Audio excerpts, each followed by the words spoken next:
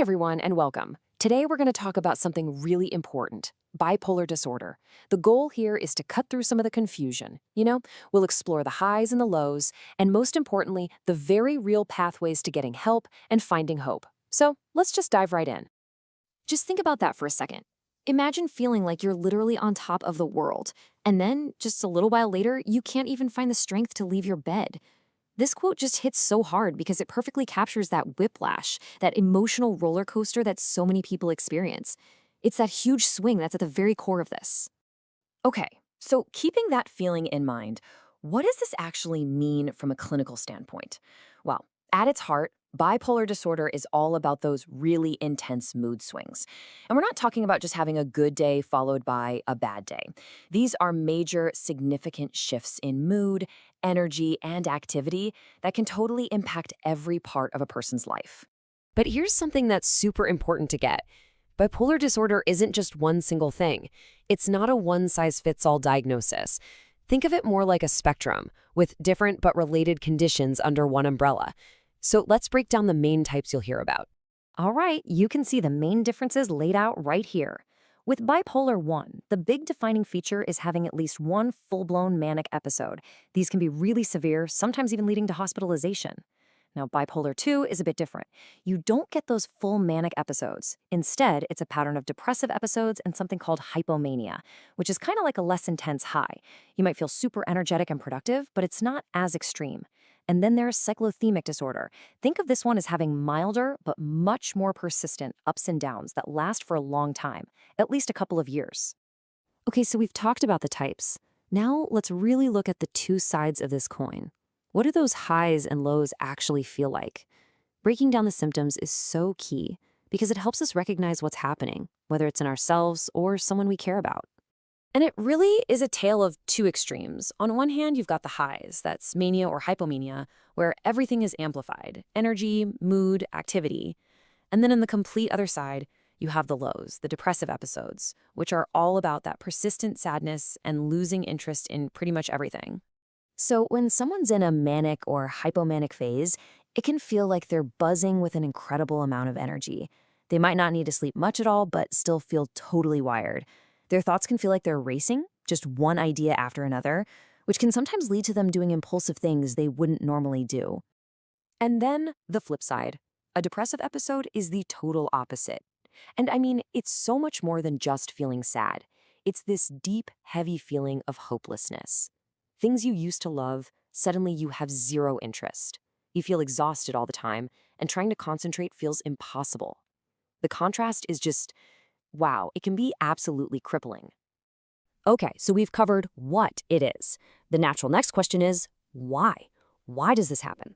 So let's shift gears and talk about the potential causes and, maybe even more importantly, how a doctor actually figures this all out. And right off the bat, I have to tell you, there's no easy single answer here. The science points to a really complex mix of things. It's like a puzzle with pieces from genetics, brain chemistry, and your environment all fitting together. For instance, you might carry genetic risk, but it might take a major stressful event in your life to actually trigger the condition. So when we talk about risk factors, a few big ones stand out. Having a family member with bipolar disorder is a big one that points to that genetic link we just mentioned. But it's not just genetics. Things in your life, like going through a period of super high stress or a big life change, can absolutely play a huge part. So that leads to a really good question, right? If it's this complex mix and there's no one single cause, how on earth is it diagnosed? It's not like you can just take a blood test or get a scan. The whole process is, well, it's a lot more involved than that.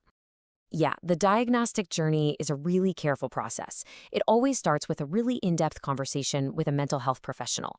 They're going to want to look at the whole picture: your history of symptoms, the patterns of those highs and lows over time. And a super important step is making sure nothing else is causing these symptoms, ruling out other medical issues. It's only after all that groundwork that a formal diagnosis can be made, which is the key to getting the right help. And getting a diagnosis, that's not the end. Not at all. It's actually the beginning. It's the starting point for the path forward. So let's talk about treatment, which is all about creating a personalized plan to manage everything. The best approach to treatment is almost always a team effort, using a few different tools. You've got medications like mood stabilizers, which are often like the bedrock. They help get those intense mood swings under control. Then there's therapy, which is just as important. It gives you the strategies and coping skills to navigate everything. And you absolutely cannot forget about lifestyle. Things like a regular routine, getting enough sleep, exercise. They all add a layer of stability that makes a huge difference. And this is maybe the most important takeaway about treatment. There is no magic bullet. It is not a one-size-fits-all situation. Figuring out that perfect mix of medication, therapy, and lifestyle habits, that's a journey. It takes time, it takes patience, and it really takes working closely with your doctors to get it just right. So if treatment is the foundation, then long-term management is about what you build on top of it. It's about how you create a life where you're not just getting by, but you're actually thriving. So let's look at some of the personal strategies and support systems that make that happen. And these are things you can actively do, which is so empowering.